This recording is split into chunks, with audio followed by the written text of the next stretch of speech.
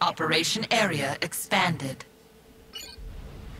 Hello and welcome to Dry Canyon version 3. This is round 1 of the under 1800 Voice of Reason tourney week 2. We'll go 4 games, best of 1 in this round 1. Round 2 will be 2 best of 3s, and then of course the winners from that will face a best of 5 in the final. All the games have been played. I will attempt to guess them all in this video, which means I will speed things up, try to rush through all these games. Viper Rooky playing Cybern. Major plans. Looks like, oh man, I can't see his, yeah, I can. You can see it's air second, the land third. Good luck, have fun. Golol playing as Aeon. Not clear if he's gonna go air first, and if you're Aeon and you lose air, you're kind of screwed. This map, I think Cyber might have a slight advantage early on with a quicker Manti.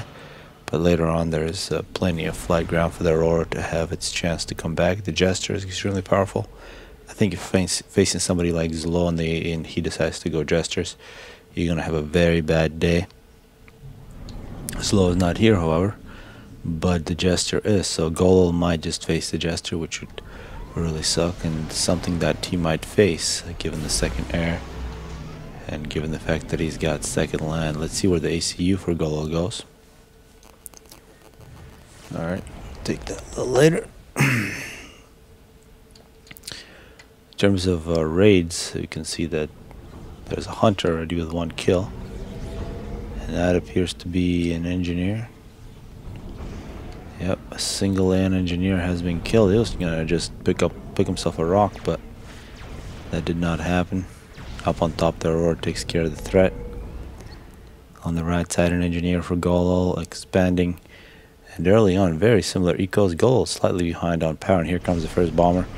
Very nice that it goes first bomber scout. You don't want to go second air against second land and not make your bomber. Now this bomber is going to have to... Oh, this is a great target. When you see 3 engineers like that, you got to get excited. Oh, and no bomb. Oh, very disappointing there from Viper Rooky. He needs to make that bomber count, because you can see elsewhere there are numbers in terms of land. It's just been a single land factory now, so it's 2 land factories, but much more land production. And here comes the air factory. Still no kills for Viper Rooky. He has his air. He has, well, Golol has, this is what happens when you don't plan on air and you don't have your power situated for air, and suddenly you're forced into making an air factory, and that absolutely destroys your economy. And that's exactly what happened. And this is where, instead of pausing these factories, you got to pause your factory production. Factory production should be shut down. You got to make power, and in this type of situation, go ahead and make air. In terms of land, Golol is making progress, especially on this left side. If Golol is successful, he needs to make as much damage as possible on the left side. Actually, Golol with the advantage in terms of mass, and actually some problems for Golol. He might just lose the game right here. Coming up minute 6, he has no support. The reason he has no support is he shut down his production. He would really love to have a bunch of tanks instead of this extra factory. Yeah, and Golol realizing he's screwed. It's just numbers. Yeah. The Dry Canyon. It's one of the only people actually who's going to die in the Dry Canyon on the map called Dry Canyon. And a fairly quick game here. Viper Rooky, the first winner in round 1. Let's check out 3 more games. Hello and welcome back to Dry Canyon. This is another round 1 game. This one's between JMD and Spto. Spto as Aeon. I think he's the only Russian player in this tourney. And interesting that quite a few players choose Aeon on this map. My personal opinion currently is Cybern is quite a bit better. See how well GMD does. GMD is one of the top rated players in this tourney. Of course, the global rating, which we see here, the limit is 1800. There will be another one of these in 2 weeks, so I definitely encourage people to sign up. I will make a post at some point. Probably put a link in the description of this video. And if people are confused, none of these tourneys are going to be in the tourney tab on FAF. That's because that turning tab has been hijacked by great websites like Challenge, which make tourneys like this impossible. So we're not going to use it. So there are tourneys, even though there are no, I don't know if there's any tourneys in that tab. Looking at the build order, Spto doing a good thing, assisting his ACU with an engineer, going second land, third air, first to land from JMD. Quick flare from Spto gets behind the enemy lines. Let's see if he can do some damage. Mantis is on the case. Advantage of the flare, which you can't find anything to kill, is that it will outrun the Mantis. One of the few land units that can actually do that.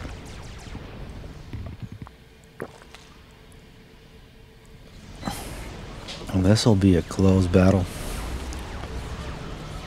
Oh, and the great flare from Spto. Good work. Also, we've seen a Mantis and an Aurora. That's a dead engineer. So looks like that Mantis did the trick. See how long that flare is. This is always good.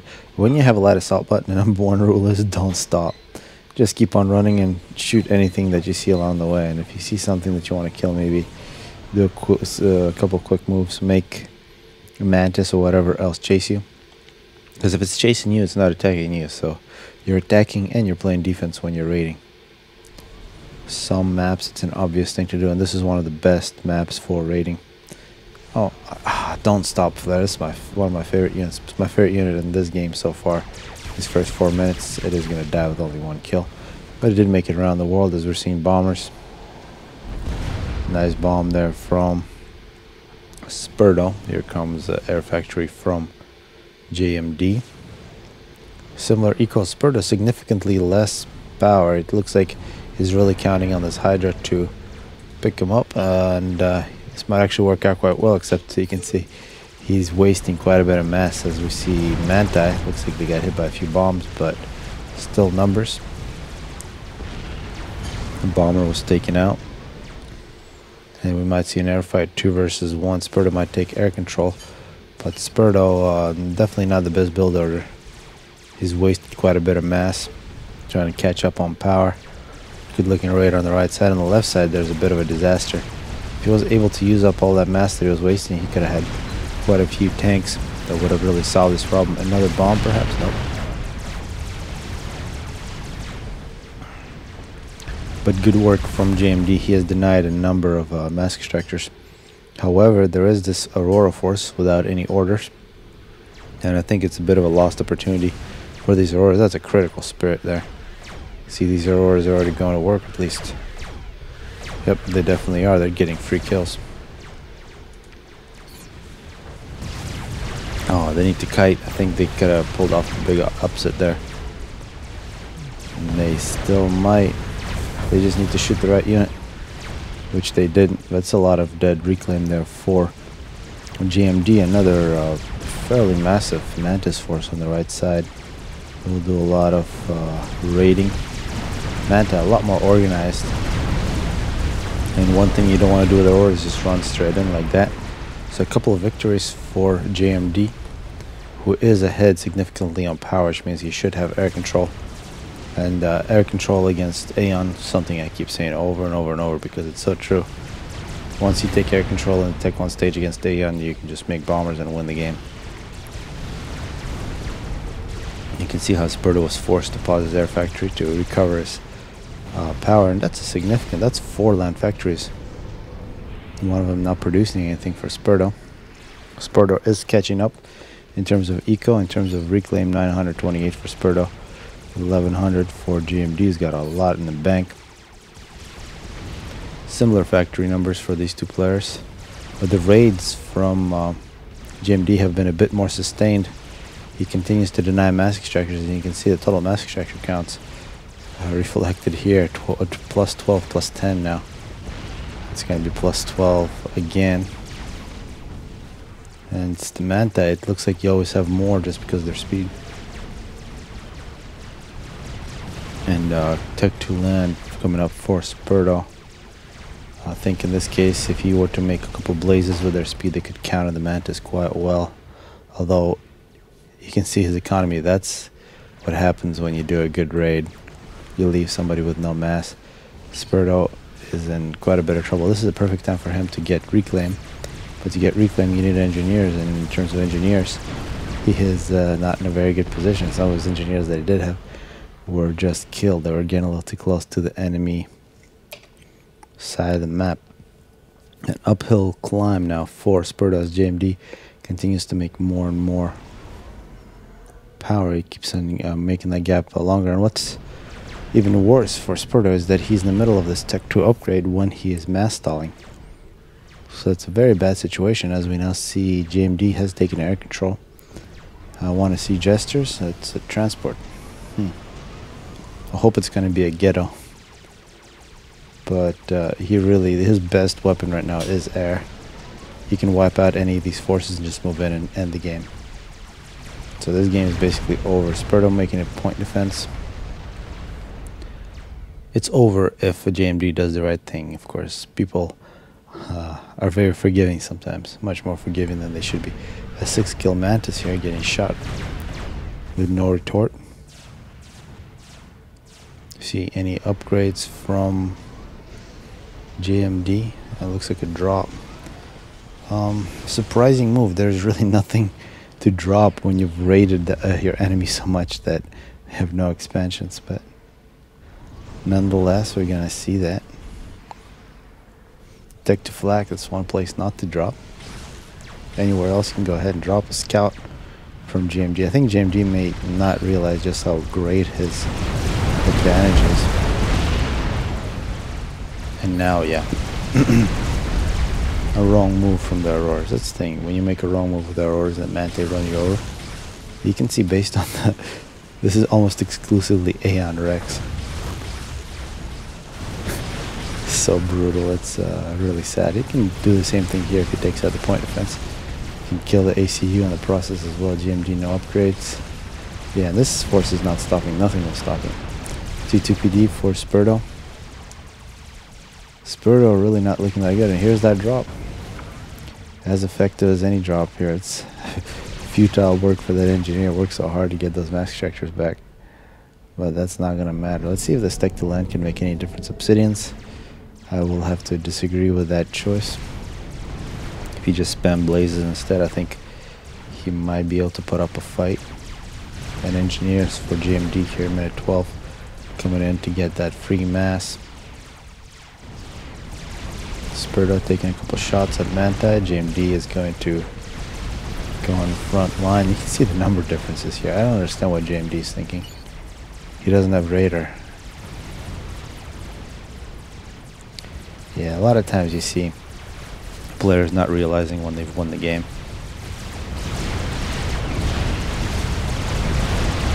Yeah, it's the opposite of what the Germans said about the Russians after World War II. That they will not realize when they're strategically defeated. They'll continue to look for tactical victories. What we have here is opposite. Sometimes players don't realize when they've won strategically. They'll continue to look for tactical victories, and eventually one of those tactical victories turns out to be an all-out victory. So another player moves into round 2. Hello and welcome to another round 1 game. This one's between the Tempest and Taquito. First time we're seeing Seraphim on this map and this U1800 tourney. Let's see how well it works out for Taquito. The Tempest, I believe he was involved in the tourney 2 weeks ago, maybe under a different name. He is always Aeon. His strength is bombers. You can see air, and his weakness is that he doesn't like to change from Tech 1 to Tech 2. He likes to stick with Tech 1, and sometimes he sticks with them a little too long. If you were to change that, he'd be actually a very powerful player because he has extremely good economy. Not economy, I'm not sure about his economy, but his micro is quite excellent. When he starts doing some of his bombing runs, he's able to put almost any player in a very bad position. But then some of the other things sometimes let him down. And I really hope he continues to play in this tourney. Because remember from 1 year ago now, the Worldwide People's Championships, we really got to see some players progress. He was one of those players, and he became very good. I think he entered FAF during those tourneys. I'd also like to make a plea for anybody wanting to make a tourney to please do so. All we really need is organization. All you got to do is hold people's hands, and they'll appreciate it. But if you don't, then it's quite difficult. I will provide as much help as I can with this coverage and getting the word out, but of course that's also limited. It appears that there is no air from Taquito, which could be a mistake against Aeon. I think you really do want... Oh my god, flak already. So it appears that Taquito is aware of the Tempest's prowess in the air, so he's getting ready with flak. But he is not aware of the fact that Aeon are very weak against air. I'm gonna probably stop saying that at some point. There's nothing else to say about Aeon except that their Auroras suck. Here comes the bomber from the Tempest. Please bomb well, because I just said you're awesome. You see that scout gave the targets. Oh man. Well, that was not that good. Perhaps you can take out this other bomb engineer. Yep, pretty good bomb from the Tempest. We don't see any raids from Taquito. Not surprisingly, given that Seraphim do not have light assault bots. Another bomb. And probably not a good idea there. Flying over flag. As long as you... Oh wow, look at all those bombers. The Tempest. No interceptors, just bombers. And the engineers just keep on dying. Look at that. So many engineers dead. That may have been a double bomb. One more bomb on these and the pigeons are gonna dead. So Taquito under a massive aerial assault. His economy seems to be alright, except his engineer count could be a little low. He is now making interceptors. However, the Tempest is not going to stop the bombing. I don't think I really agree with the fact that he continues to go against. Just took out two pigeons. I think a little bit of repair went on here. It looks like Taquito saved one of his pigeons. And there goes the radar. Another great bomb from the Tempest. Yeah, the pain train continues. The aerial pain train from the Tempest. Oh, look at all that excess power. That's disgusting. Taquito, he's doing fine. He's limited by build capacity, although he lost quite a bit. I think the lack of light assault bots from the Tempest really showed. Let's see what he can do with his land. I really think that those bombers could have been used much better if they took out some of those engineers that were expanding. Instead, they were really good at shutting down the production inside the main base of Taquito. However, the ACU for Taquito was really good at grabbing a lot of mass extractors. Also, those are good looking THAMs from Taquito way in the back. They can come out at the worst possible time. And the Tempest ACU here is a glorified 2-engineer. I mean, what is he doing? The worst positioning ever. The only good thing about this position is that he's relatively safe. The ACU for Taquito was busy taking over 4 mass extractors in the middle. That's actually one of the reasons he's ahead in mass. So at 7 minutes, this is a very even game. Massive aerial assault from the Tempest. While Taquito wasn't really damaged, he was able to grab map control. His ACU did a good job. In terms of land, he might be slightly behind, and if we see this battle on land, depending on the micro, the Tempest might actually get a victory, but it's not a significant advantage. And given that the Tempest is only now getting his ACU somewhere to the front lines, if Taquito's ACU is involved in an old Tech 2 land upgrade in the middle of the map, that could be very dangerous for Taquito, and eventually it would be very dangerous for the Tempest if this upgrade is finished, which I think it will be. If you can get a T2PD creep from this position, yeah, it's not that far away from the main base of the Tempest. One thing, looking at the Tempest base, you can see all these pigeons that are all close together. A couple nice bombs from Seraphim would make it quite bad for the Tempest. Taquito, huge power excess. Tempest, a little better, but both players really thirsty for mass. That looks like he's not a picked up mass extractor. Yeah, if the Taquito were to have that mass extractor, it would be exactly even mass production. Taquito nearly done with his upgrade. The Tempest finds him. Both ACUs shooting each other. Taquito has mass problems. That's why he's not finished yet. He needs to pause all of his land factories. He needs to finish here because the longer he takes, the more shells he takes to the face. And he finishes, I think, just in time. There were a lot of these A and RD shells up in the air. See, he lost quite a bit of health, but he still got a significant amount. That tech to upgrade definitely helped. He's got 30 regen per second relative to Tempest, who's only got 10. And Taquito retreats quite far back into his base. Does he have... He needs to get energy storage, and with that excess power, he can get the gun very quickly. And if he is to get the gun against Aeon, and one thing I missed, both players now do have Tech 2 land. So Tech 2 land for both players. Obsidians versus Ilshivas. 2 kills in this Ilshiva. Elsewhere we see Ilshivas taking on the Tempest's ACU. And which unit is better, the Obsidian or Ilshiva? If they go 1-1-1, the Obsidian is better unless the Ilshiva can use its very slight range advantage. And oh, this Ilshiva taking on a massive group of Auroras gets killed. But against Tech 1 units, definitely want to take the Ilshiva with its fast fire rate. Can kill a lot more units than the Obsidian. And a lot of reclaim opportunities now for the Tempest. 2,700 reclaim. Taquito, only 1,000.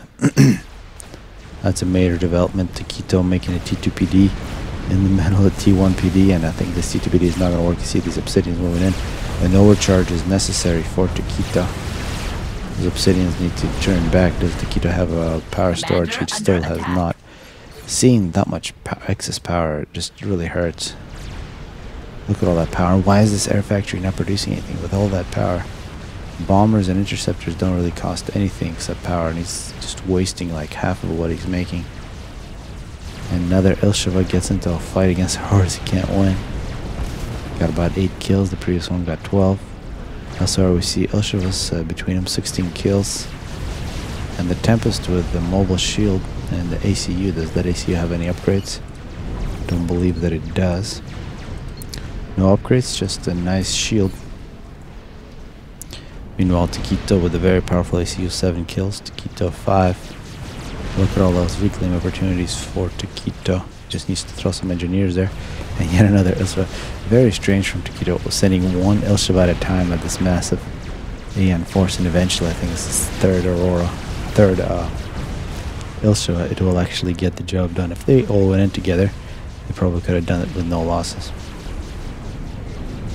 Tempest now moving in, a major force. Taquito is going to move in as well. There's some power storage here.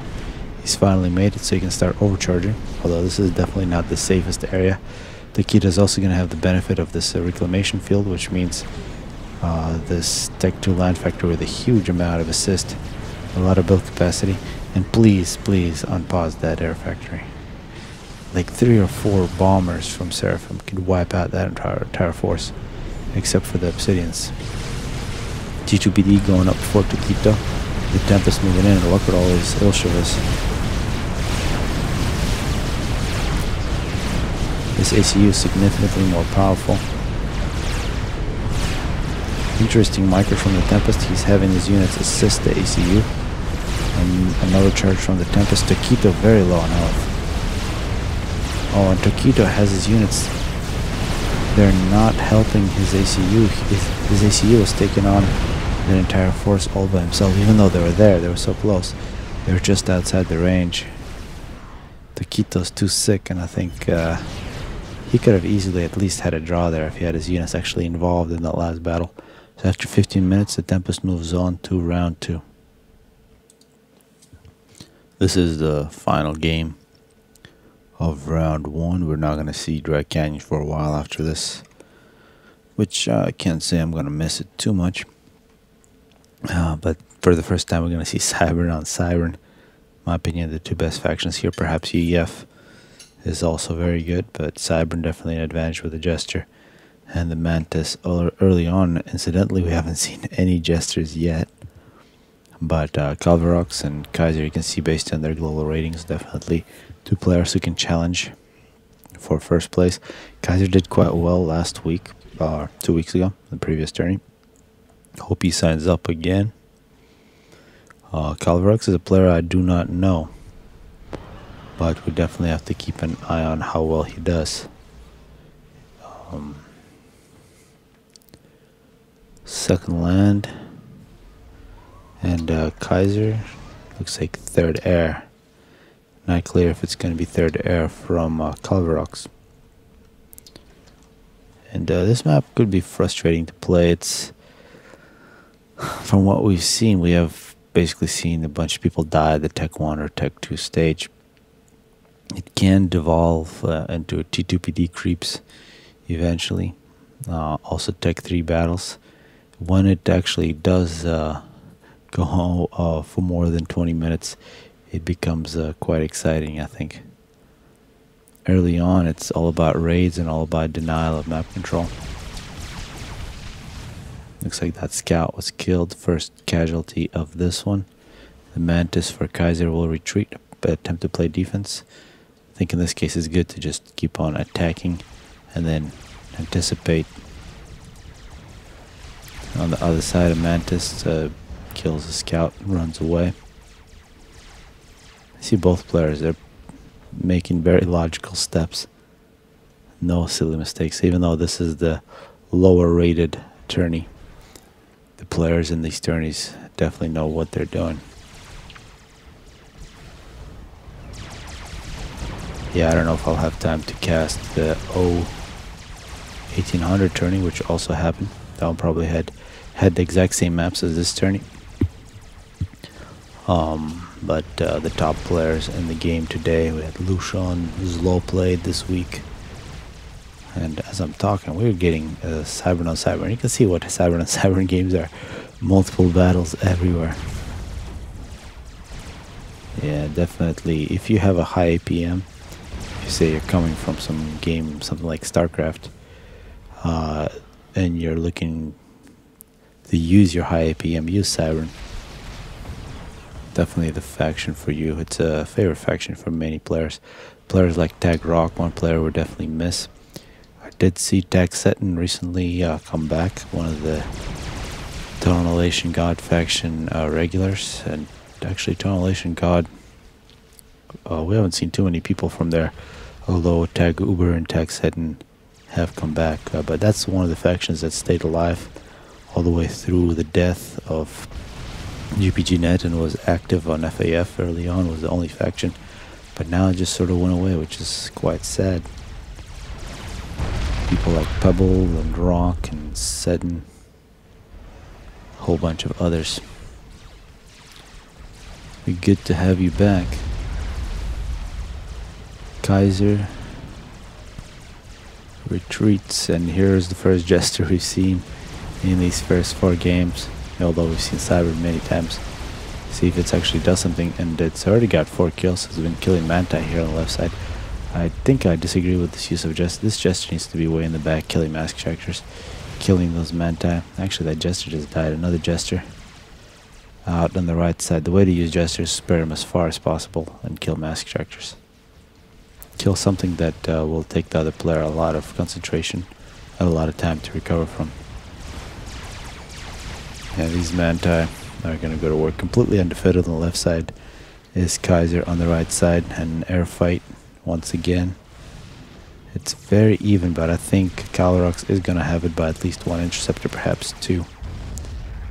As Kaiser will move on the left side, Calox has completely taken over the middle with his ACU. That's 4 extra Mask Extractors. Has similar numbers, but Kaiser is moving. And one thing about Cybern, if they run past you, and you run past the Cybern Manta force information like that, you can outrun their turret. You can get in a lot more shots than the stationary Manta. And I think this force from Kaiser is getting a little carried away. It's going to be a nice stream of dead units. As Kaiser being very... Actually, I apologize. This AC is coming back home. Calox on the front line here all alone. Once Kaiser cleans up, he might go for an assault. I think that's what he's thinking. He's hoping that Calox will not continue to retreat, but Calox has total recon.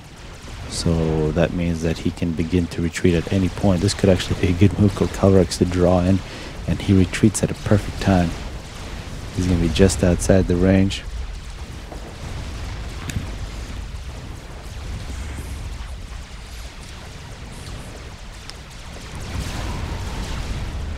And yeah, he's got reinforcements ready. And that was great play from Calox. That's something you can do when you have really good intel with your Air Force. And check out all that reclaim for Calox. Calox playing this extremely well. You can remember he's taking on a very good player, and early on the battles were very even. But that move just teasing Kaiser to move in. And Kaiser did go for it, and I think he paid the price with leaving a lot of reclaim for Calox. Plus air control, which was those air battles were quite similar, but now we see bombers for Calox going to work as Calox is actually getting his forces all the way into Kaiser's base. Kaiser's got a huge power advantage. Commander He's wasting under a attack. whole bunch of power. He needs to get more build capacity on his air factory. If he were to win back air control, I think he could push Calox back. But now with these raids from Calox, this is going to be really bad in terms of mass production for Kaiser. But if he could recover, and he's got engineers. Here, minute 11, 2400 reclaim for Kaiser. Commander under 30,000 attack. for Calox. Kaiser 22 kills in the middle, all alone. And in terms of total number of tanks, Calox is way ahead now. He's at 49. Kaiser is only at 30. And look at all those dead mass extractors for Kaiser in terms of mass production. Huge advantage for Calox. And in these cyber on cyber battles, you can see how quickly things happen. Very important Manti get into the back line of Calox. See how much damage they can do. If Calox does not react, this could be quite bad for his production. Could be the way back for Kaiser into this game. Kaiser now retreats, and I think this could be a mistake from Calox. I think he's throwing away quite a few units. Superior numbers for Kaiser. Calox is retreating, but Tech 2 here's a Rhino. I think this Rhino should die. Tech 2 land though, this will be difficult to deal with for Kaiser unless he's got Tech 2 land of his own, which he does. Both players now producing Rhinos. You can see Kaiser has actually recovered. He's got power advantage, and yeah, I think he won't be able to defend against this force. The initiative is definitely in Calox's favor, and he's going to continue to use it to deny as much mass as possible. Kaiser 28 kills, Calox is in the middle with 9. See, he's reclaimed quite a bit in the middle. Calox 6,200 reclaimed, Kaiser only 3,700. The major difference in this game. Oh wow, so these units for Kaiser are a bit out of place. I think he is going for the kill here. He's going all in. He's abandoned his base. Calox will go ahead and take Kaiser's base as Kaiser's moving in, but Calox has plenty of units to cut off his force. Both players similar health on the ACUs. A couple Tech 2 tanks involved, and those will make a big difference as Kaiser's force just disappeared and melted away. And Calox wins this very exciting round 1 battle, Cyber on Cyber. Really hope to see more Cyberns used in these Cyber on Cyber battles on land maps. Nice to see. GG's and well played from both players.